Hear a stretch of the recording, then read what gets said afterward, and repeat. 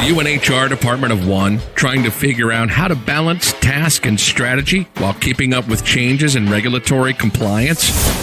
Do you need a fresh outlook on old topics? Then stop what you're doing, grab your coffee, and get ready to recharge. If you have people, you have problems to solve and things to do. Your host is Brenda Neckvattle, a 20-year human resource professional, ready to explore the HR industry with veterans of business and life with fresh eyes and new ideas. Learn about the rapidly evolving changes in employment law around the country, as well as new tactics to deploy and build engagement in your workforce. If you're looking to implement new practices to make your job easier in HR, then this podcast is for you.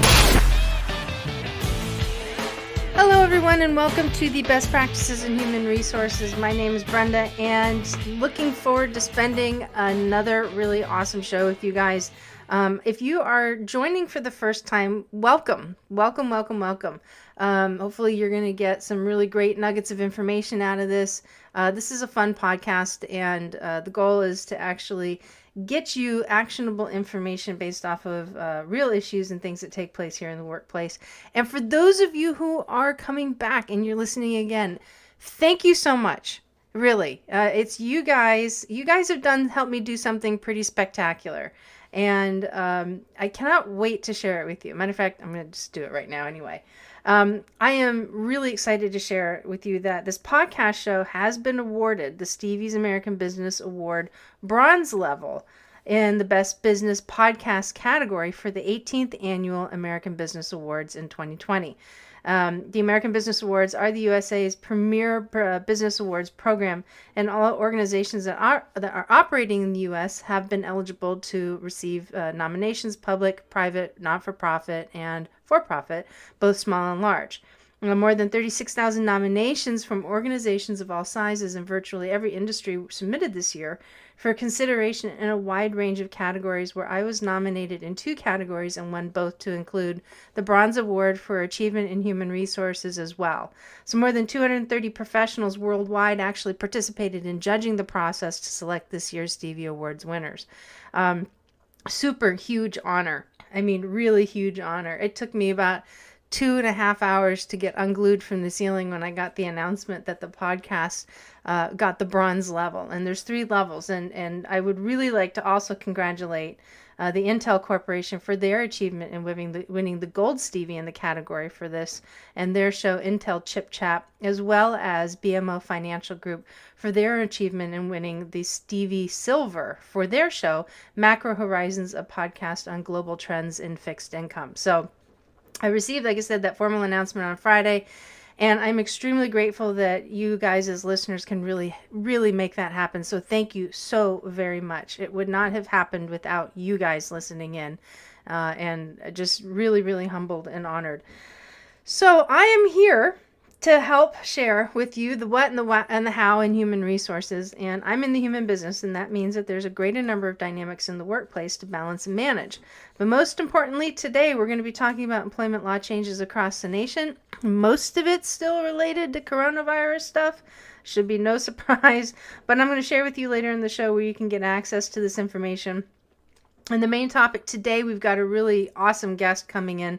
She is the wife of a Navy SEAL who's going to be joining us actually in a couple of weeks when we at the release of his new book. But today, Stacy Shea, who is an absolute Spartan, and she's going to be talking to us today about how businesses can help supporting spouses during deployments in our continued salute to Armed Forces Month. So we had Armed Forces Day here in the U.S. on the 16th, just a couple days ago, and I could not think of a better person to come on board and actually talk about what they can do. She's been through enough deployments with her husband, Thom, and has some really great insight and some really, really great information that you guys can take away. I'm going to share with you some upcoming events, and then also how to get best practices delivered directly to your inbox. All right, so before we continue on, folks, the information through this podcast is for informational purposes and not for the purpose of providing any form of legal advice. You should contact your attorney to obtain legal advice with respects to any other particular issue. And if you do not have an employment attorney, go ahead and feel free to reach out to me, and I will likely be able to refer one to you through our affiliates program and our friends over in Jackson Lewis. Okay, so got some news, got some stuff breaking out. I'm going to share with you. First off, for those of you who are federal contractors, you as employers have until August 4th to implement the new OFCCP disability self-identification form, as the OFCCP has actually approved a modified section of the 503 self-ID form. So make sure that you guys are using that. Also, the EEOC has released guidance on workplace reasonable accommodations with the new COVID-19 world.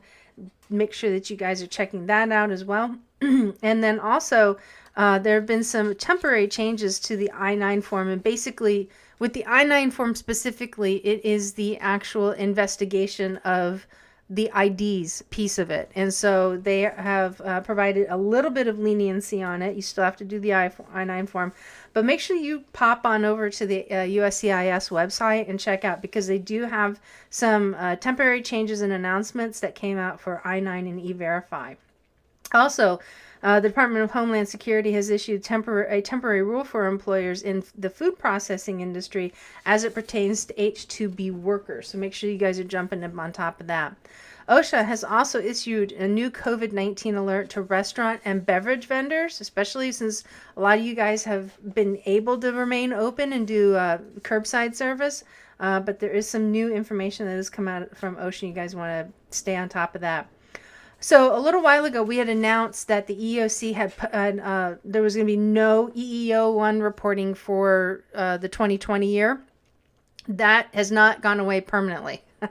I know we had a lot of people that were excited that that was going to go away permanently. Well, that's not going to happen. So the EEOC is actually postponing the EEO1 data collection until 2021. So it means you still need to continue collecting your EEO information, and particularly if you are a federal contractor, do not get lost in that area. You still need to collect the information and retain it, because you're going to be compiling some data down the road.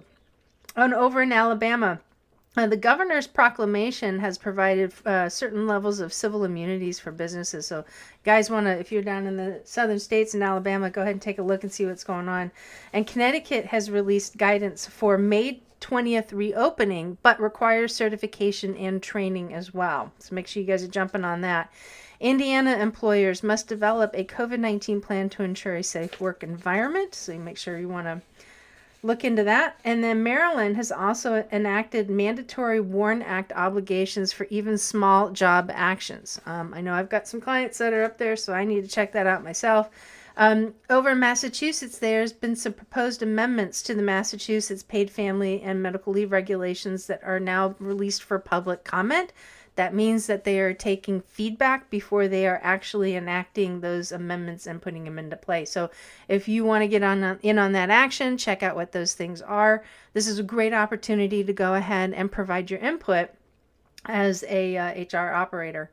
Michigan has extended their stay-home order, but allows manufacturing to continue to resume. Over in New York State, we had they've actually enacted their statewide paid sick leave law.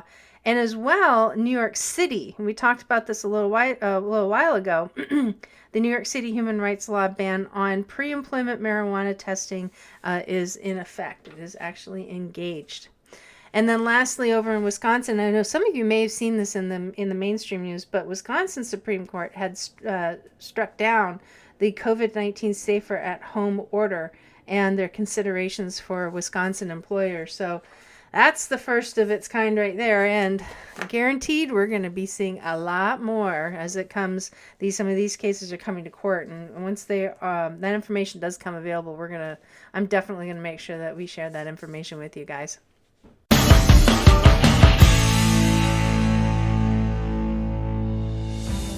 There are approximately 2,500 members of the U.S. Special Operations community who transition out of active duty military service every single year. The Honor Foundation has dedicated its mission to serving these elite individuals on their journey to prepare for life once they take off the uniform. In the past few years, we've begun our own journey to reach this number, launching 3 physical campuses in San Diego, California, Virginia Beach, Virginia, and near Wilmington, North Carolina, along with a virtual campus to reach members of the community anywhere on the planet. I spent 26 years in the Special Operations community as a SEAL. I graduated from THF's program I served on the board of directors, and now I'm proud to lead this organization into the future to continue assisting these transitioning service members and their families. Our dedicated team, our world-class program, and our incredible tribes of supporters are standing by to help THF alumni and future fellows, and are committed to providing the best possible support system and resources to better serve this community. Our vision for the Honor Foundation is clear: to impact every transitioning service member from the U.S. Special Operations Enterprise through our programs and support, and to be a catalyst for overhauling the entire DoD transition program. It's a big task, but the community deserves it, and we're driving full steam ahead to make this a reality. If you've been inspired with what the Honor Foundation's done in the last 5 years, I welcome you all to join us as we craft the next chapter in defining what it means to serve others with honor for life.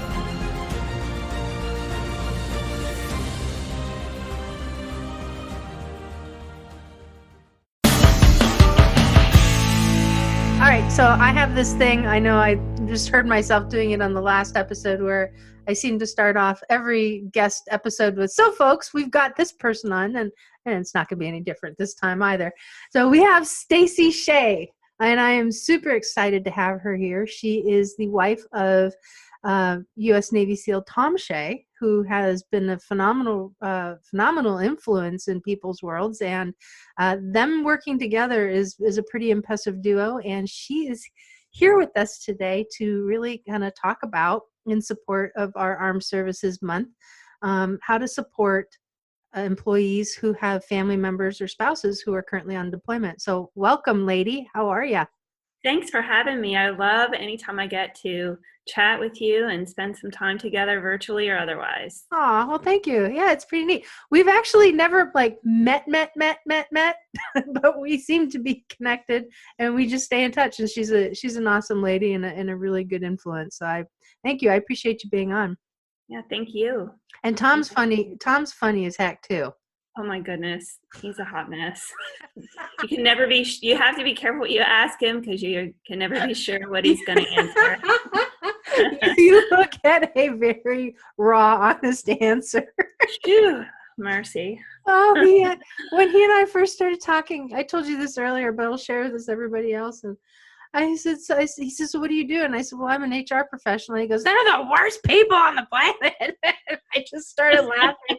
And he said, they're always in your way and they don't. And I'm like, well, that's over in the Navy, man. Out in the real world, we give you a different answer.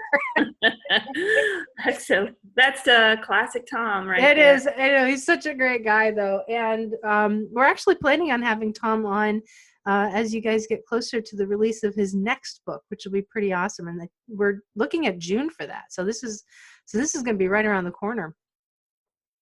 Yeah, we're excited to have him on for that as well. Thanks for that opportunity. Oh yeah, my pleasure. I can't wait. So back to you though. You're the Spartan on the show today. So Spartan woman, as he refers to you. But so the whole setting all of this up, guys. So what I was really interested most is that I read Thom's first book.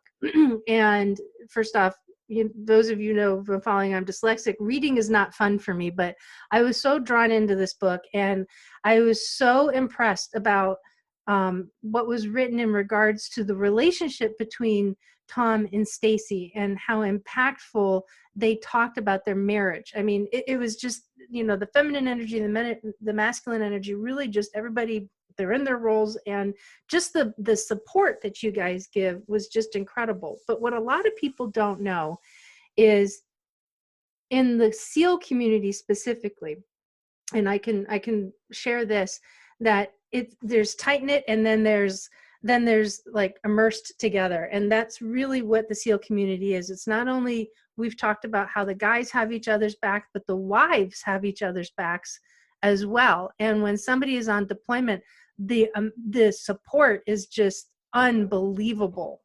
And that's why I wanted you on, is to kind of share with people what it's like for families and employees when a spouse goes out on deployment. And we'll certainly get to that. But if you could kind of give a little bit of background on like how you and Thom met, and how long you guys have been together, and just a brief kind of I don't want to say summary, but a summary. I'll give you some background and context. Right. So, Thom and I met in January of 2005 at Starbucks in Coronado, where I had been on a business trip to San Diego, and I had a little extra time to myself and figured I'm never coming back to California again. I was living in South Central Pennsylvania at the time, and I thought, yeah, I'm never going to be here. I may as well go visit Coronado. And it's kind of a funny story, and it's in his first book. And I had been enjoying myself a little bit too much the night before. I ordered a triple shot of espresso, and he made fun of my drink. He was like, "Ooh, is that going to put hair on your back?" And I turned around at this big, ugly dude, and I'm like, "Does that line usually work for you?" And basically, we were married 9 months later. Yep. And we have, in September, it's 15 years. And at the time, he had a 4-year-old and a 7-year-old from his first marriage who have, been for many, many years my children. I have a hard time with adding the word step to my relationship with his older kids. And then we have a little boy, not so little anymore, 13 years old, now 2 inches taller than me. And so we're very busy. And of course, with what's going on with the coronavirus thing, they're all 3 home. Our oldest is a senior at West Point who will be graduating very shortly. She'll be commissioned on the 23rd of May, and she will graduate officially at the Academy on the 13th of June.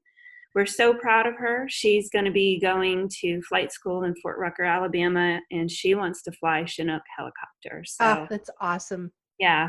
Yep. It's been neat to watch. It's been neat to watch from afar, and we're connected on Facebook, and it's been really cool to see the kids grow up, over time. And I've never met them, but they're really. It's fun to watch their progress. Yeah, that progression. It's fun that you can see those things for friends that are across the miles. And I know many people have got to experience what I do. A lot of friends on Facebook that have come to really mean something to you from watching their kids and seeing their tender, wonderful celebratory moments and trying times and tragic loss and all those things. And it doesn't mean you feel less connected. So especially these days, I think a lot of us are grateful for that. Yeah, that's great. I think my favorite post I've seen was the Navy SEAL Christmas tree and the Navy SEAL Christmas decorations. Oh yeah. We have a red, white, and blue. We have a red, white, and blue Christmas tree every year. I love it. I think that's great. Yeah. So you guys have been together for 15 years, and Thom retired as a senior chief. Am I remembering that correctly? That's right. Yeah. Senior chief. So that's the second highest level, enlisted level that a service member could have in the Navy. And how many deployments did you guys experience together as a couple? We experienced 2. Okay. So, and our workup and deployment cycle is 24 months. And they are gone, no matter if they're home or deployed, they're gone 250 days a year. Mm-hmm. And then for the time that he wasn't deployed, where he was supposed to be doing what's called shore duty, meaning they should have more dwell time, meaning dwelling in their house, he was teaching sniper school in Indiana, and it was 3 10-week courses a year. So I'll let you do the math and see how much time he was really home. So that's 30 days. Yeah. It was, they're never home. I mean, it's a challenge in and of itself when and we can do another podcast sometime on when they retire and the challenge that is to have them around all the time. Cause it's like nobody knows which lane they're supposed to be in because everybody's gotten into such a pattern of this extended absence and independence and then interdependence that works. And then when they're not gone all the time, you're not really sure what to do. And I will never forget our little boy Chance, 6 years old, and Thom had just retired, and he points at his father, but he looks at me and he said, "When is he going on a trip?" Yeah. Like everybody's used to like the coming and going. Yeah. Yep. Yeah, I see that, because I work on I work a lot in, as you know, in the community on the exit side, right? Not so Yeah. much while everybody's in service. It's, once they're retired or they're, in the process of, checking out of the teams and whatnot. But so 2 deployments, and if Thom was with development group, correct? No, he was at 7. So He was he at had 7. been, when we met and got married, he was third phase and Bud's instructor. And then he Okay. checked into Team 7, like I think right before or right after we got married. Got it. So, folks, just so you understand, Team 7 means that he was stationed still out on the West Coast, not here on the East Coast. The West Coast is the odd number teams, and the East Coast are the even number teams. So it's pretty easy to geographically understand where everybody is just by what team. So he was in Team 7. He retired out, was a Bud's instructor, and you guys had 2 deployments. What was your first deployment like for you? Really not knowing what to expect. We'd been married a little over a year, let's say maybe a year and a half we had been married, and we had a 4-month-old child. And he left when Chance was 4 months old. I knew some of the wives. I was just starting to feel like I really had an understanding of the way things work in that community, and knowing some key people to lean on and to go to when I didn't know what to do. And I also had his older children who were then 6 and 9. So I had a newborn, a 6-year-old, and a 9-year-old, and a husband who was in Iraq, and no family around. And, those are the moments when you realize that your family is the SEAL community. Mm-hmm. And I will tell you that it's like no other bond I can imagine exists anywhere else in the world. It's different than, like you said, a regular Navy or big Army. It's a very small group of people. And if I would be in Los Angeles at 3 a.m. and got a flat tire and accidentally called one of them to help me instead of, hey, Thom, or whatever, they would help me. They would come and drop what they were doing. And I have countless stories of that, of being on the receiving end of that, or watching people being on the giving end of that, or participating in that. But we all pick up whenever anybody needs any of us. And like you said, we are really, it's different than a closeness. We're enmeshed. Yeah. Yeah, you're ingrained. And this is the exception to the rule too. That, I mean, I'm giving it, I have this wonderful person on as a guest who, we're talking about a very specific community. This experience doesn't exist, like you mentioned, with that through in the rest of the Navy or a lot of the other branches of service, because not that the SEAL teams are that unique. I mean, they're unique in of itself. It's just that's the culture of the community. And because it's so small, people, you have those shared experiences and those shared relationships. But, when you're talking about the remainder of the fleet, or you're looking at, the General Army or the Air Force, where you've got more individuals in a specific unit, there's more people and there's less commonality and less of that connectivity. I mean, that's just the nature of the dynamic of it. And so hearing, from, the spec op side of things is very important, because understand this is not the average of what your typical service family would actually experience. This is particular. So hearing what would happen from your experience is not the case. So it just gives everybody the opportunity to kind of start thinking outside of the box. It's like, well, if this isn't happening for our people, then what do we need to do? Right. So yeah, please go on. Yeah. So I can give you some experiences. Oh, I have a great one. I don't know why, but each time Thom would leave for an extended period of time, whether it was, he had a class to take in Florida that he was gone for 6 weeks. He had those 10-week trips to Indiana, the deployments. Almost without fail, I would get sick, and Chance would too, at least on the deployments. And I can remember it was the Iraq deployment, And I could not get Chance in to see the doctor. I could get in, but I'm like, what difference does it make if I get in? He's still sick, and that's far more important, as any mom knows, than your own well-being. So a guy in the teams who was a corpsman came to my house at 10 o'clock at night with his wife and their baby in the car seat. And he brought his medic bag inside and examined me and Chance and gave us antibiotics. So we take care of our own. Yeah. Without exception. So I have another story if you're interested. Oh, yeah. I mean, I could tell these for hours and hours, but a woman whose husband was deployed, 3 children, and she has an emergency appendectomy. So she's literally rushed to the hospital. And what do you do when your husband's deployed and you have 3 kids? So of course, what do? You send a team of spouses to clean the house and fill it with groceries and cook and care for her kids and take care of her and bring her home and stay with her. That's what you do. Right. Yeah. And in terms of, if you're looking at how can an employer have a greater understanding or manage the relationship with a service member's spouse, whether it's a man or a woman, understand that they're dealing with a tremendous amount of unknown.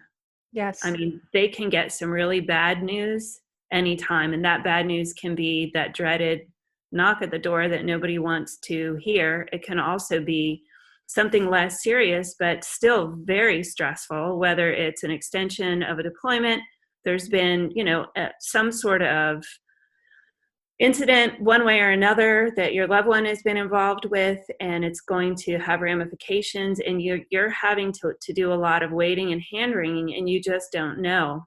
So flexibility with time, flexibility with understanding that everybody handles it differently. I don't feel like most of the women in our community are the type who are going to carry their emotions on their sleeve. They're going to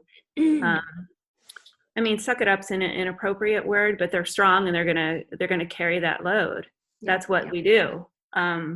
So you're not going to necessarily see a struggle, but being flexible, I would think, mostly with time and understanding that the demands on people whose spouses are deployed is a significant thing.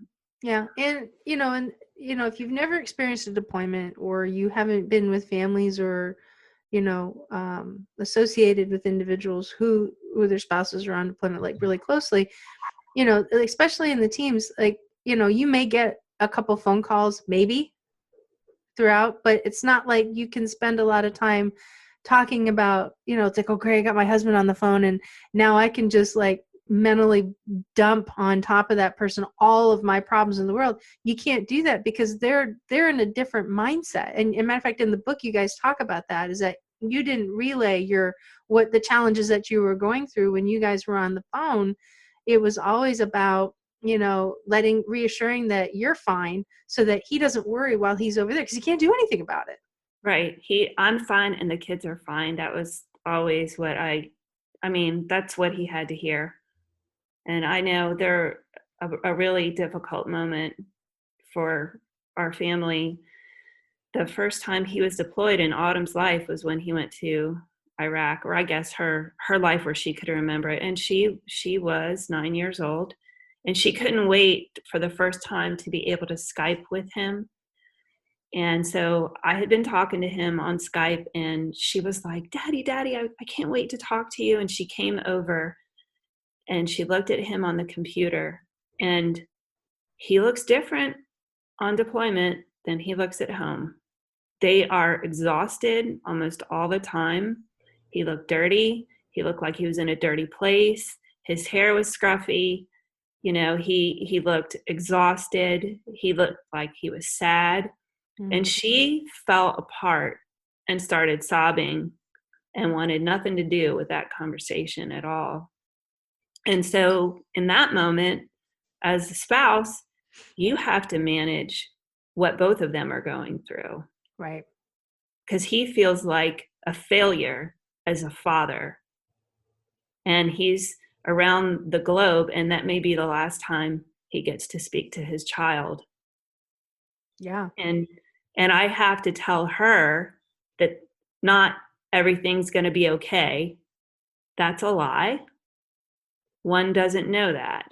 I have to tell her that your father is strong and he is doing what he loves. And it's our job to be happy and to be a strong family while he's gone.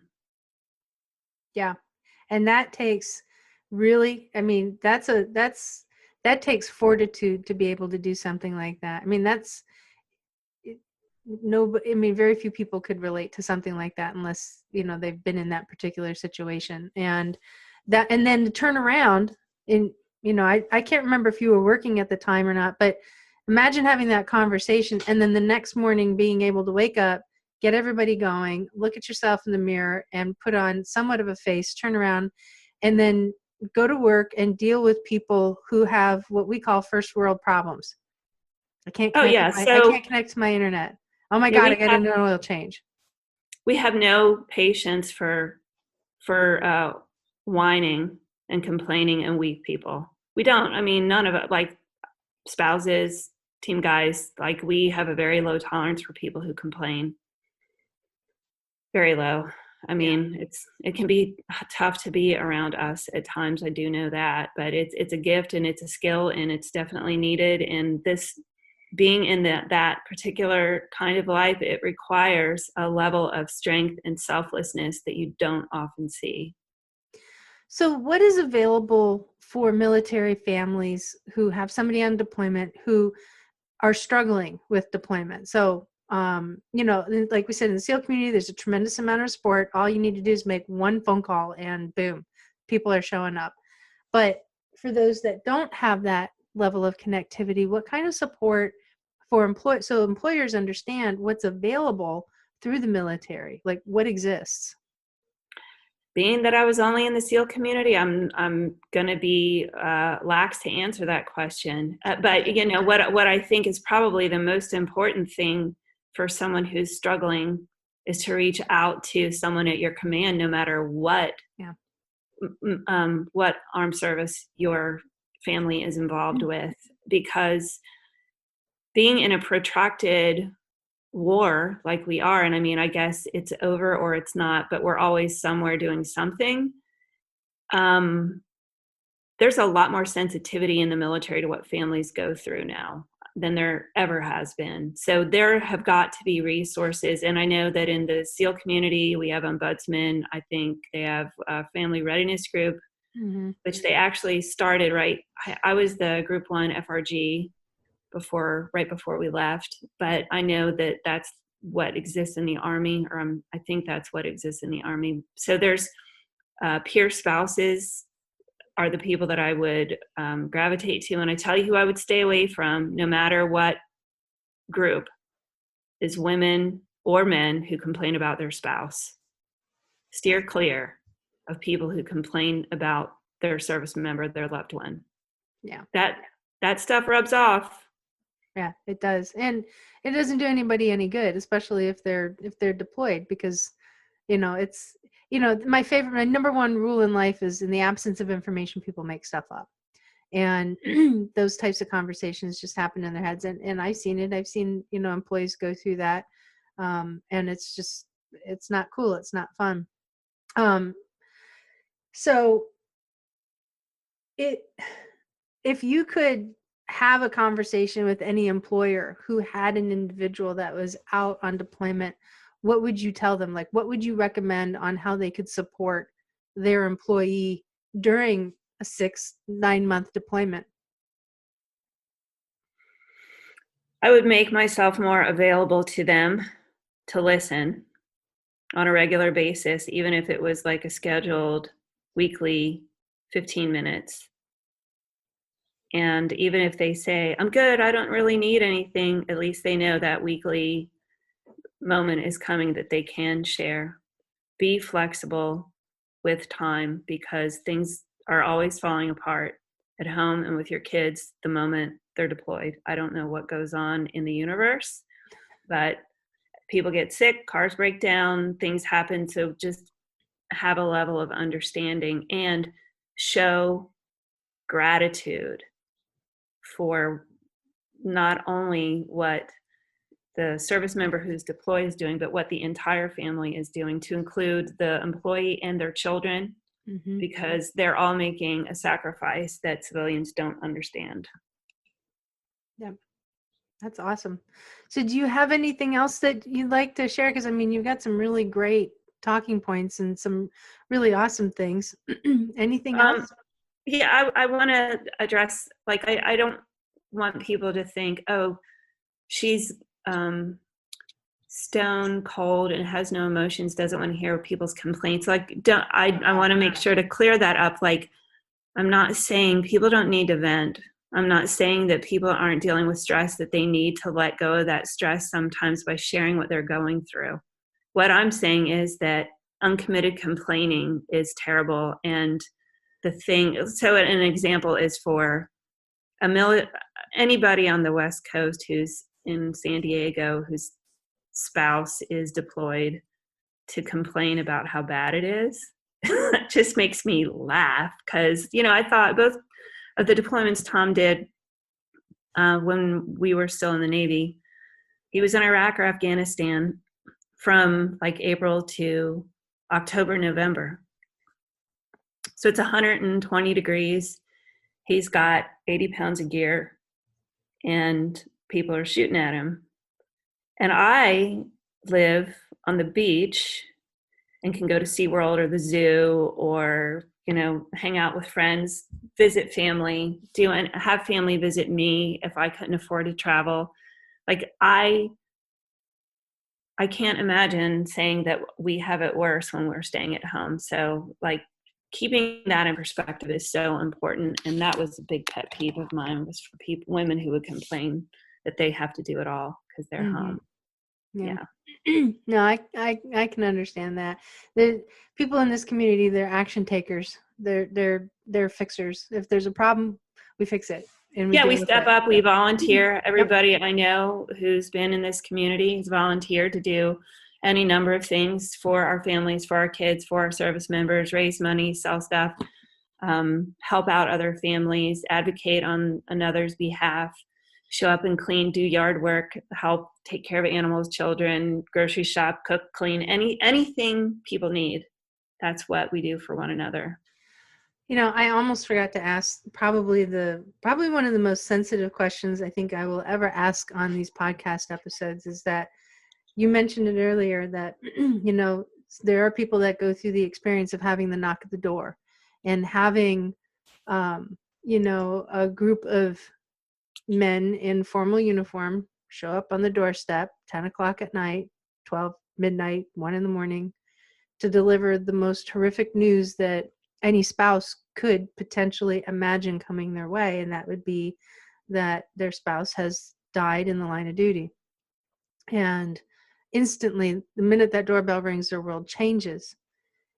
If employers have employees that experience that, can you share some best practices, the things that they can do to help, employees navigate through something like that? Because, we did an episode of grief way back, but this is something different. I mean, loss is loss, and this community knows that it's going to happen, and everybody pulls together when it does. But employers are sometimes, they just don't know what to do. They don't know what's appropriate to say.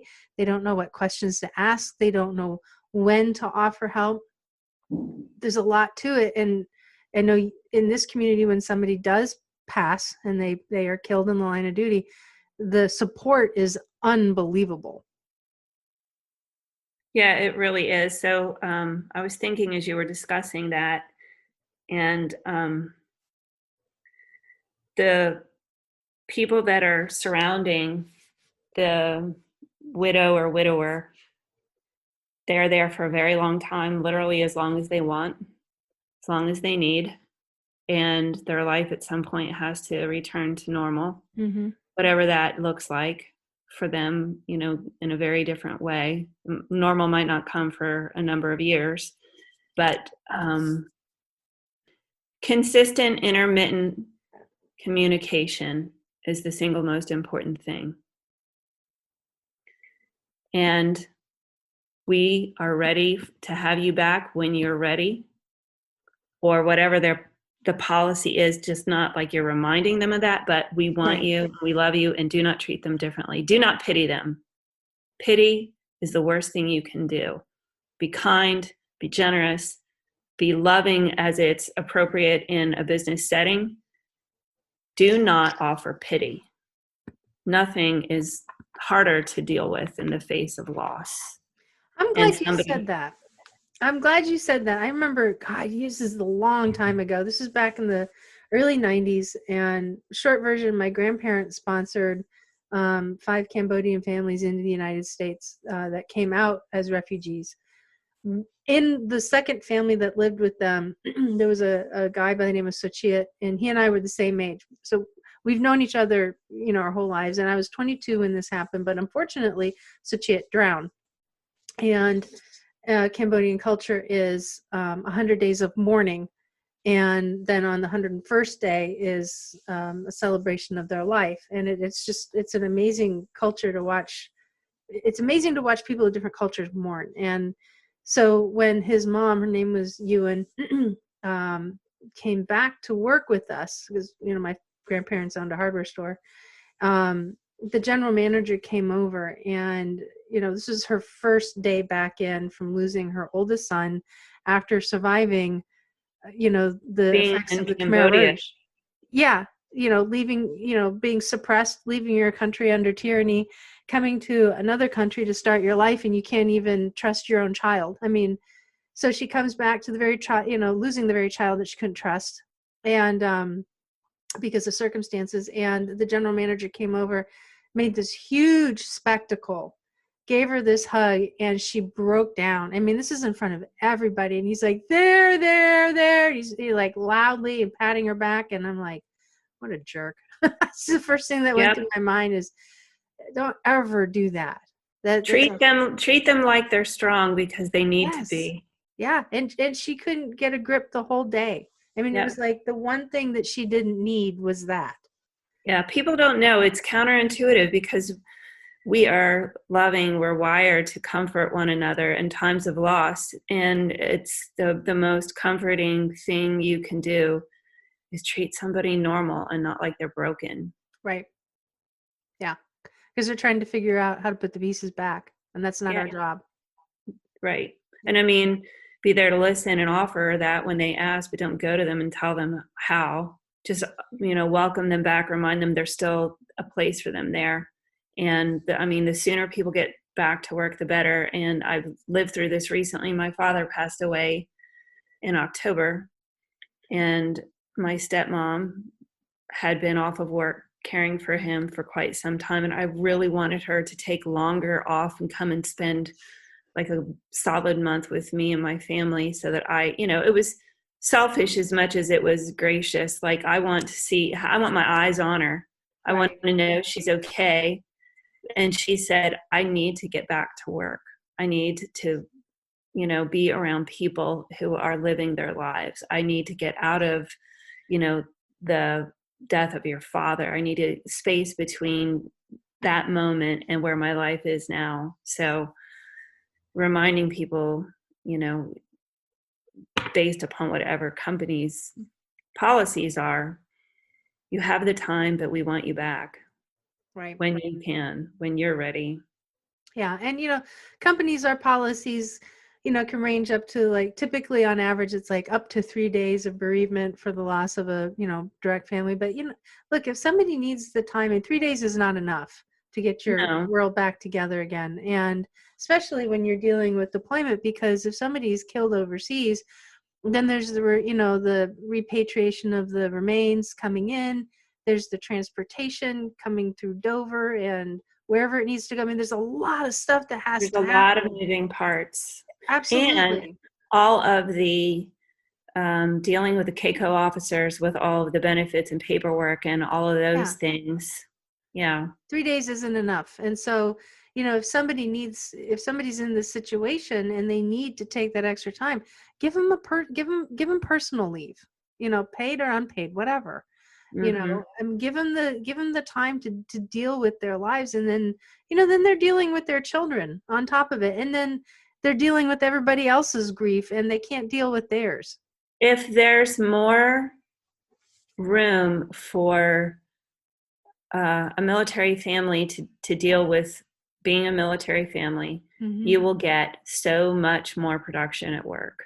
Yeah. You will get your money's worth, because they typically, I speak only from this small section, but these are people that are hardworking and want to overachieve, and they will, especially, and they'll give so much more. And I'm sure that's human nature anyway, if they understand that they're appreciated and they're not going to be under the gun. Yeah, exactly. So military families just need a little extra time and space to deal with the things that they have to deal with. Yeah, I mean, those are the two things I would say would make the most difference for a military spouse. Not if you're 15 minutes late, if you're 30 minutes late, if you need to leave early because of things going on with the kids at school or doctor's appointments or whatever. I would caution you against being super stringent with those policies, because it's adding tremendous amount of stress. And I mean, of course, this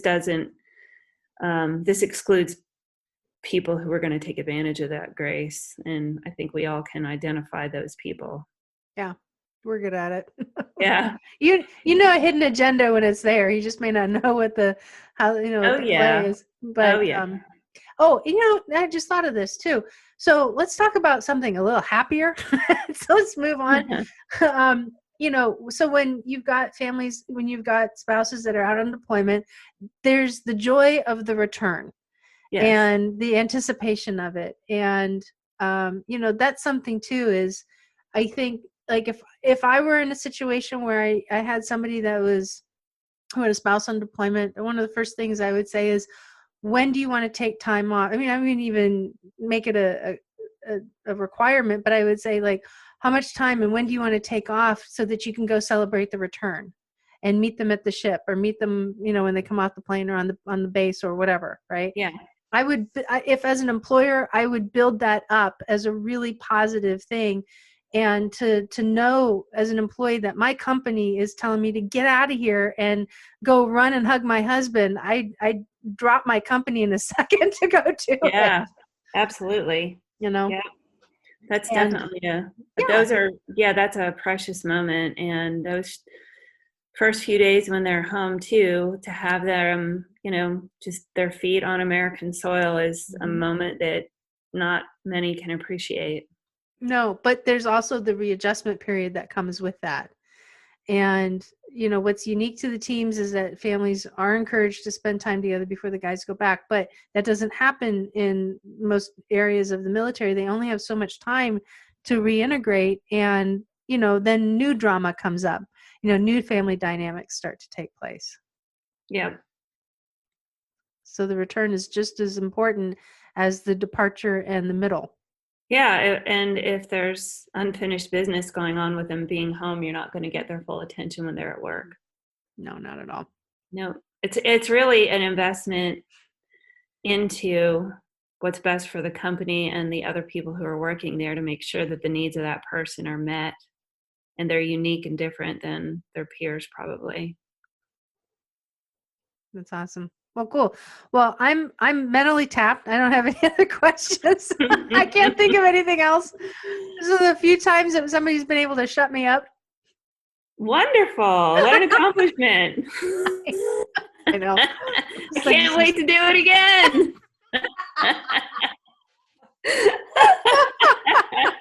Well, give me 5 minutes, will you? Absolutely.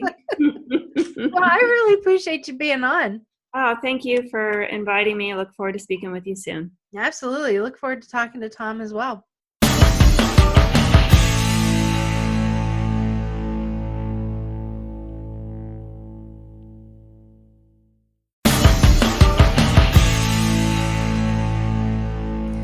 So we got the news a few weeks ago that the SHRM 20 conference has been canceled, and that was a was a drag. I know a lot of people were really looking forward to going. I was looking forward to going. But the SHRM 21 conference will actually be taking place in Chicago next year. And if you've never attended the SHRM conference, you all have that pent up energy, or you just want to learn how to make the most of upcoming SHRM events. I've actually launched a new free course on the HR University called Making the Most of Your SHRM Convention, and it includes a free download checklist to help you go ahead and get prepared. You guys are welcome to go ahead and take it. It might have some really good nuggets of information. We talk about networking and all that good stuff. And I meet a lot of really awesome people over there. And, as we get closer to that one, just like I was doing here, I'm going to start announcing where I'm going to be, when I'm going to be somewhere. We're going to put together a networking event. So it's going to be great. So you guys are welcome. Go ahead, go over to the bestpractices.work website, click on HR University up at the top, and just go ahead and take the course. It's an hour of really good information. If not, you can sit there and just laugh at whatever I'm saying. So it's all good. So I do have a new show that has actually come out. A while ago, we actually had Suzanne Lucas, also known as the Evil HR Lady, and she and I have teamed up. And each week we stream live on YouTube called The Real HR Show, where we talk about all things HR. And this week we discuss how to deal with sensitive employees, and the show's a lot of fun. It's really cool because it gives us an outlet to kind of go on a tangent a little bit, but then we always bring it back to giving some more actionable solutions, very similar to what you guys get out of here. She's in Switzerland and I'm here in the U.S., so thank goodness for technology, right? So Suzanne is also the famous Evil HR Lady, writer and contributor to Inc.com with over 1,000 articles. So she's pretty awesome. And needless to say, we have a lot to talk about. So you can find a link to the show on our website at therealhrshow.com. Like I said, streams every Tuesday morning at 9 a.m. Eastern Standard Time. If you want to catch us live, if not, you can certainly catch us on the replay as well. And you guys, you know that I love your HR questions. Love them. Well, guess what? We're coming back to them. And you're welcome to go ahead and submit your questions on the bestpractices.work website by clicking on the podcast link from the menu, and down towards the bottom of the podcast page is a submission form for you to post your question, which I may read and answer on an upcoming episode. So the one that I got today was really kind of interesting.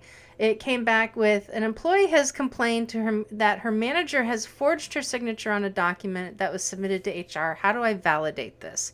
Well, that's a really good question. So, obviously the first thing that you would want to do is, compare other signatures, prior signatures to the current document, or you can have the individual sign their name on something and then you compare that signature to the document that was handed in.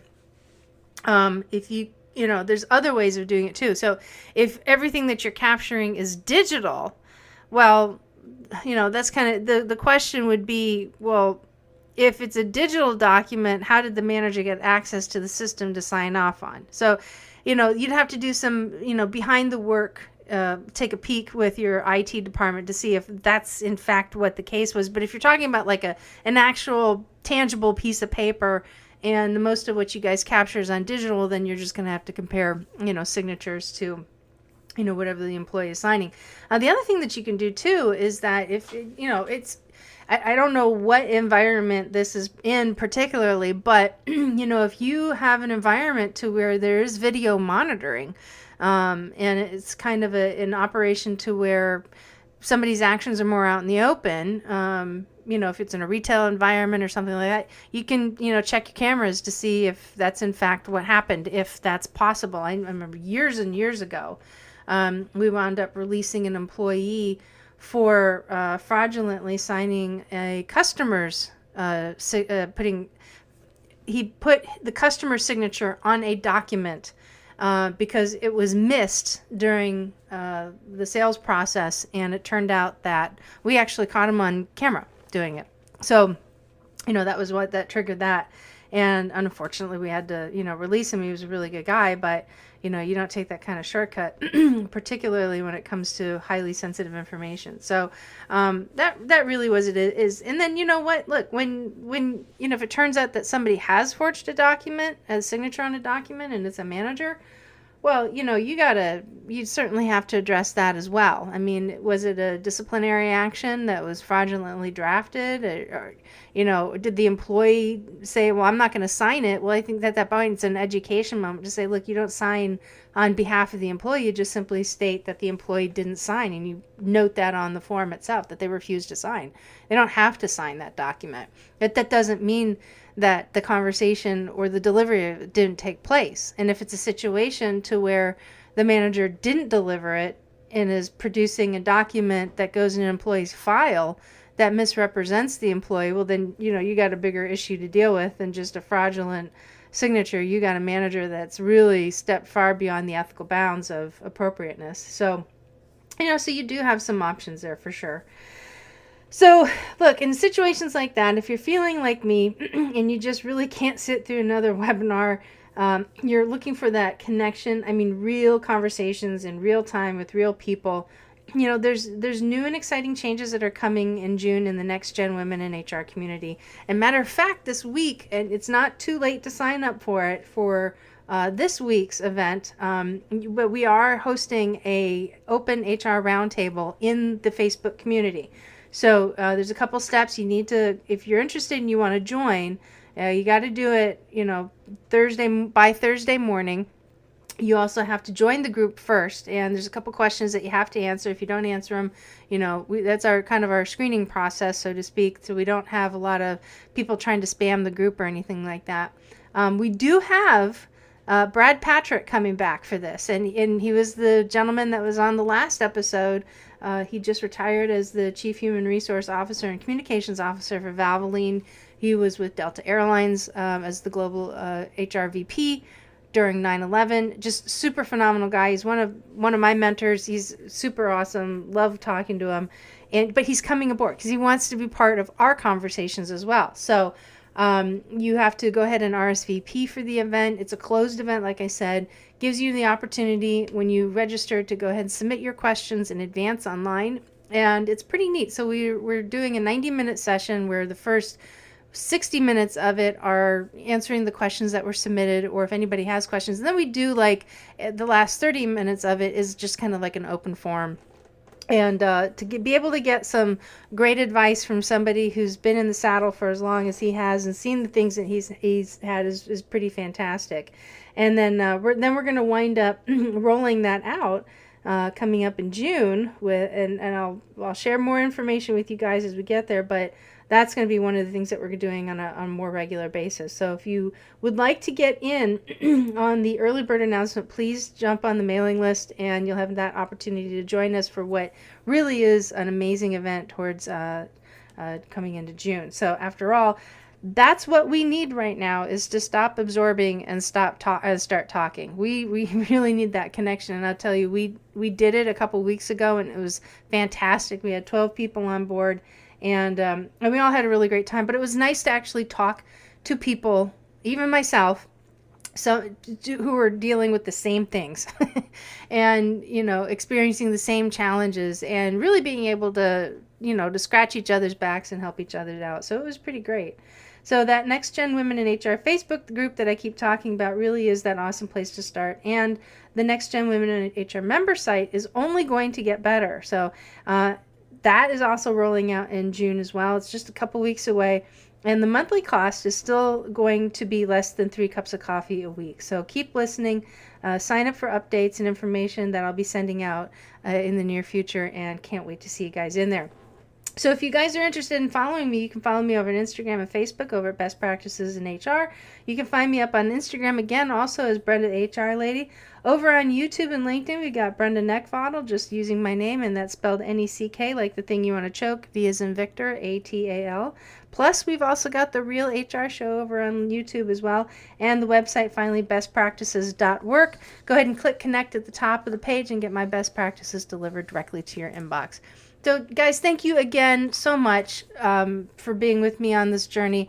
This is episode 61, and I have no plans, none whatsoever, of stopping and slowing down now. You know what? When you get an accolade, like I shared with you guys earlier on, man, it really does motivate you to keep on taking it to the next level and just make it better. And thanks, you guys. Really, seriously, you're the ones who I do this week after week. And I really appreciate each and every single one of you. I love hearing your questions and your comments. And thank you for those of you who do reach out and say hi, and let me know how something worked for you, how something didn't work for you. It's just absolutely fantastic. So you guys, look, be safe, be happy. Make sure that, you just take a moment for yourself. And I'll talk to you guys next week.